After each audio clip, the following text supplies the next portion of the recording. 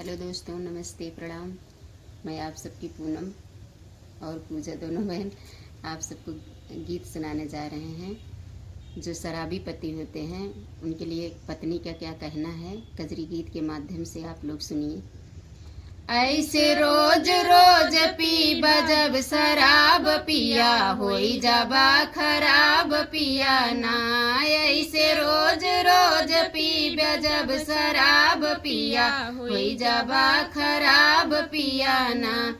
सबसे कोमल होई पार्ट जेकर कहा जाला हार्ट, सबसे कोमल वो है पार्ट जेकर कहल जाला हार्ट हो। सबसे पहिले उहई देई जवाब पिया होई जाबा खराब पिया ना। सबसे पहिले उहई देई जवाब राजा होई जाबा खराब राजा ना। ऐसे रोज रोज पीबा जब शराब पिया होई जाबा खराब पिया ना।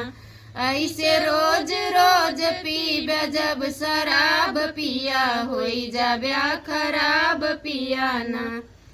इतना ज्यादा पीबा जाम किडनी करे नाही काम, इतना ज्यादा पीबा जाम करे किडनी नाही काम। चेहरा पीला पड़ी घट जाई रुआब पिया होई जाबा खराब पिया ना।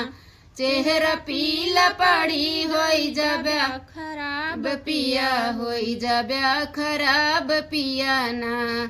ऐसे रोज रोज पीबा जब शराब पिया होई जाबा खराब पिया ना।